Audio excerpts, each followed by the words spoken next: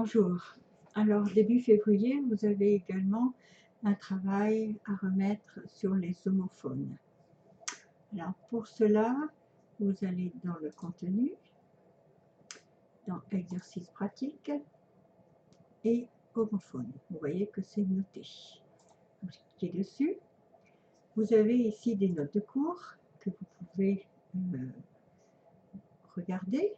Il vous explique donc les homophones. Qu'est-ce que c'est qu'un homophone? Homophone, c'est un mot qui a le même sens, le même son, mais qui s'écrit différemment, comme A, par exemple, ou A avec un accent. Vous voyez, ce sont des homophones. Donc on vous donne comme les astuces, comment vérifier que c'est un verbe ou une préposition. Vous avez également l'homophone on, donc là pareil aussi, les astuces. Les homophones est, et, et, donc là des astuces également. Donc vous avez toute une série d'homophones que vous pouvez regarder avant de faire votre exercice. Vous pouvez également utiliser le document notes personnelles pour remplir le tableau. Vous pouvez faire des exercices ici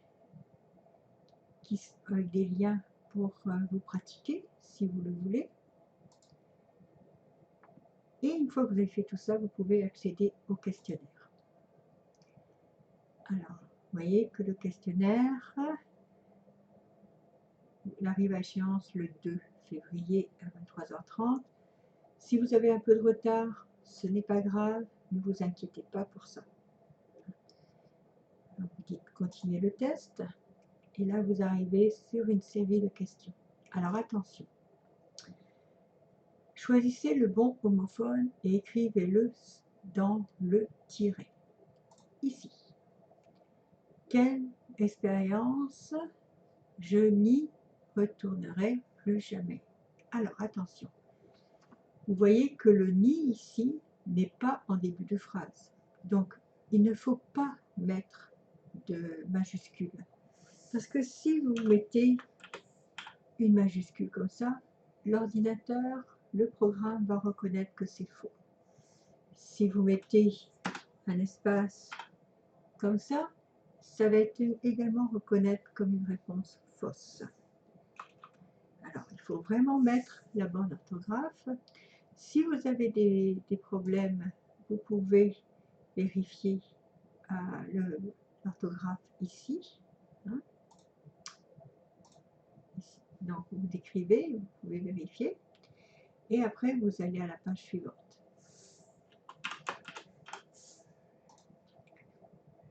Une fois que vous avez été à la page suivante, vous avez la question 2. C'est la même chose. Donc, vous remplissez et vous allez à la page suivante. Et vous avez 37 questions que vous devez enregistrer. Faites attention donc de ne pas mettre de majuscules quand ce n'est pas nécessaire. D'accord?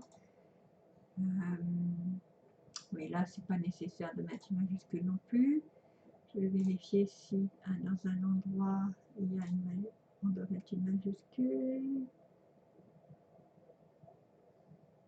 Non. Ah, regardez, ici par exemple, la cerise est un fruit à noyau. Vous voyez, là, il faut faire attention, le dernier mot est ici, noyau. Donc, il ne faut pas mettre une majuscule, même si vous dites, oh, c'est en début de phrase. Non, non, non, c'est la phrase qui continue. Elle est juste mal mise. Le format est mal mise. Donc là, c'est pas en début de phrase non plus. C'est pas en début de phrase. Donc, il ne doit pas y avoir de début de phrase. Non. Enfin, si c'est en début de phrase, vous mettez une majuscule. Sinon, vous ne mettez pas. Une fois que vous avez fini votre exercice, vous soumettez le questionnaire. Si vous n'avez pas fait tous les questions comme moi je viens de le faire, parce que je n'ai pas fait tout, je ne vais quand même pas vous montrer toutes les réponses, ça vous indique que vous avez loupé, oui, moi dans mon cas, j'ai loupé 36 questions. 36 questions qui restent sans réponse. Donc ça, vous pouvez y retourner avant de les soumettre. Si jamais vous voulez quand même soumettre, vous pouvez soumettre. Et voilà. Et une fois que vous avez soumis, c'est terminé. Vous ne pouvez plus revenir en arrière. Et là, vous avez votre tentative. Si jamais vous avez un problème, vous m'envoyez un petit courriel.